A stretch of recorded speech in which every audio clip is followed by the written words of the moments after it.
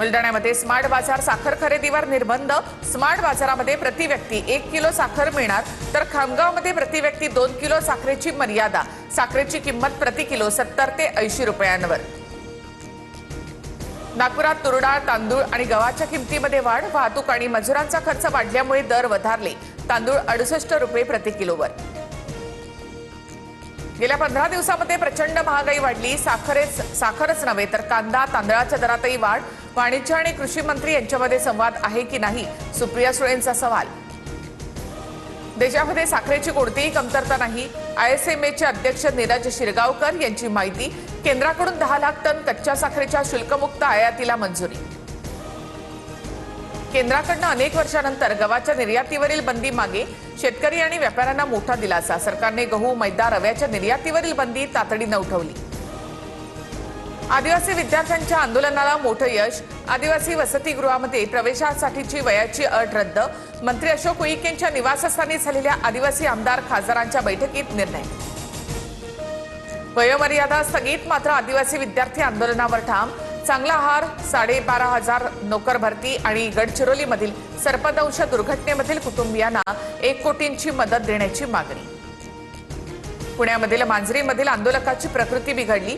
विद्यार्थ्यांना काही झाल्यास सरकार जबाबदार। विद्यार्थी आक्रमक, तर सुप्रिया सुळेंकडून व्हीसीद्वारे विद्यार्थ्यांची फोनवरून विचारपूस।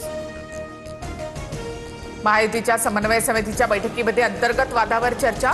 रखडलेल्या महामंडळासह जिल्हा नियोजन निधीचा आढावा। पुढील 15 दिवसात वाटपावर शिक्कामोर्तब होण्याची शक्यता। सगळ्या विषयांचा निपटारा करून फडणवीस दिल्लीमध्ये जातील। वर्षावरील बैठकीवरून राऊतांचं विधान, तर राऊतांच्या पक्षाचीच आवरावर झाली आहे। 2029ची निवडणूक देवाभाऊंच्या नेतृत्वामध्ये लढणार, नवनाथ बन यांचं प्रत्युत्तर। एका वर्षाच्या कामगिरीवरच पुढील निधी दिला जाणार। मुंबई भाजप अध्यक्ष अमित साटम यांची नगरसेवकांना तंबी। मुंबईकरांना गृहीत धरू नका, साटम यांच्याकडून समज। पुणे महापालिकेमधील निधी वाटपाचा वाद आता मुख्यमंत्र्यांच्या कोर्टात। भाजप आणि राष्ट्रवादीच्या नेत्यांसोबत फडणवीस आणि सुनेत्रा पवारांची बैठक होणार। निधी वाटपावर तोडगा काढला जाणार। नांदेडमध्ये महायुतीमध्ये वादाची ठिणगी पडण्याची शक्यता। शिवसेनेच्या कार्यकर्त्यांकडून पालकमंत्री अतुल सावेंना बदलण्याची मागणी। नांदेडचं पालकमंत्रीपद शिवसेनेला देण्याबाबत मंत्री संजय राठोड यांना निवेदन। परभणीमध्ये ओबीसी आंदोलकांचा अंतर्गत वाद चव्हाट्यावर। पवन करवर या ओबीसी आंदोलकावर वंगण फेकल्याची घटना। सोशल मीडियावरील पोस्टच्या रागामधून कृत्य। मराठा आंदोलकांकडून करवर यांचा दुग्धाभिषेक।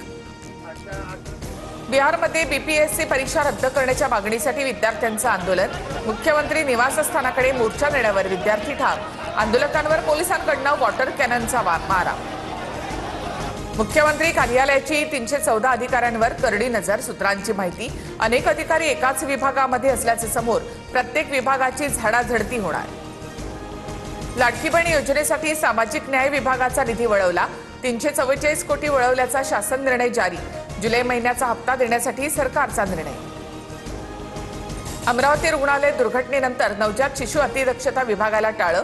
चौकशी समितीच्या तपासासाठी एसएनसीयू परिसर पूर्णपणे प्रतिबंधित। दुर्घटनेचा सखोल तपास केला जाणार। कोल्हापुरात ई-चलन रद्द करण्यासाठी आंदोलन। प्रादेशिक परिवहन कार्यालयामध्ये वाहतूकदार आक्रमक। कार्यालयामध्ये 40 ते 50 बसेस आणल्यामुळे कामकाज ठप्प होण्याची शक्यता। नागपुरात महिंद्रा कंपनीच्या कामगारांचं आंदोलन। सुरक्षेसह इतर मागण्यांसाठी कामगार आक्रमक। हिंगणा एमआयडीसी परिसरात पोलीस बंदोबस्त तैनात।